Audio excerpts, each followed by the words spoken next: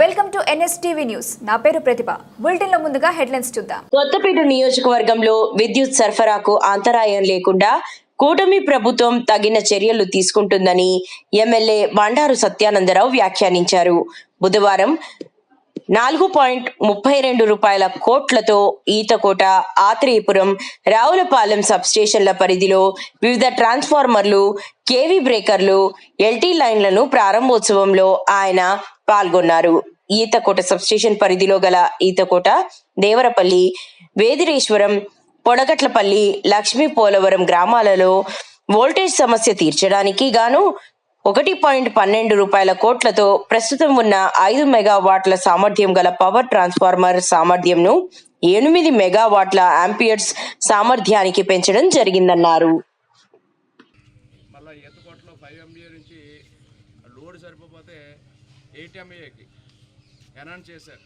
ఇంచుమందిగా అదొక 1,12,00,000 వెరసియాల 4,32,00,000 రూపాయలతోటి ఈ ఆర్డీఎస్ పనుల ద్వారా ఈ పనులన్నీ పూర్తి చేసి ఈరోజు ప్రజలకు అందివ్వడం జరిగింది. దీనివల్ల విద్యుత్ అంతరాయాలు లేకుండా నిరంతర సరఫరా, లో వోల్టేజ్ లేకుండా 3 ఫేజ్ సరఫరా నిరాడంకంగా అందుతుందనేది ఈ సందర్భంగా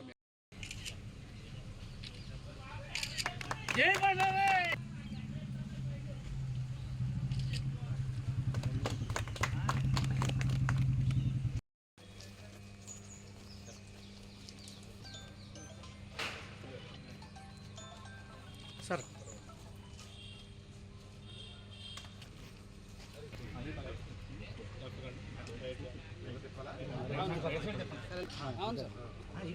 మళ్ళీ ఇటు పక్కన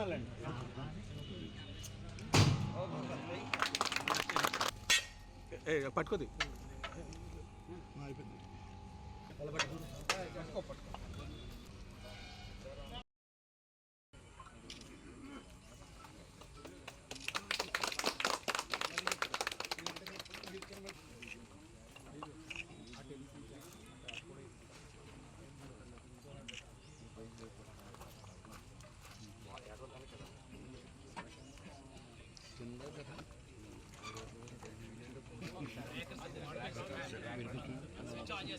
అవును, అంతే సార్, అంతే చెప్పండి సార్, అంతే.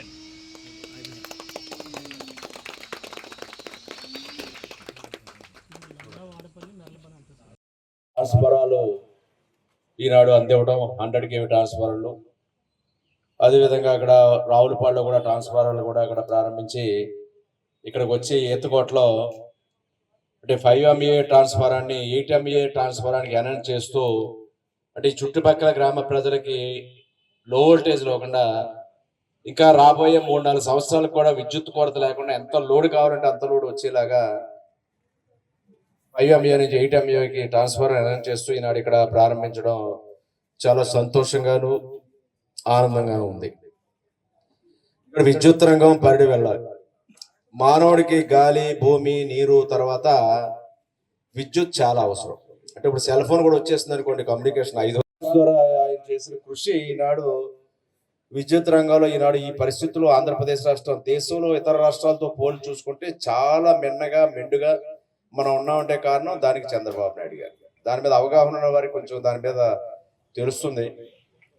అది ఆనాడు విద్యుత్ సబ్స్టేషన్ ఈతకోటలో కూడా నేను ఎమ్మెల్యేగా ఉన్నప్పుడే పోసేసాడు చంద్రబాబు నాయుడు. నాకు బాగా తెలుసు, బాగా స్టడీ చేసేవాడు.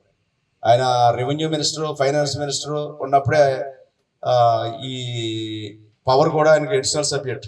అటు అసెంబ్లీలో సమాధానం చెప్పడానికి పవర్ అప్పుడు సీఎం గారి దగ్గర ఉంటే ఎన్టీ రామారావు దగ్గర చంద్రబాబు నాయుడు గారికి అదనంగా ఇచ్చారు.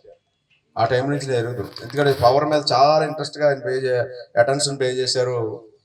చాలా కష్టపడ్డాడు. రోజు అప్పుడు రేచల్ చటర్జీ అని లేదంటే మన సంపత్ గారు వీళ్ళందరూ ఉండేవారు, ఎనర్జీ సెక్రటరీస్. వాళ్ళందరూ కూడా ఏ రోజుగా రోజు మానిటరింగ్ కూడా చేసేవాడు ఆయన.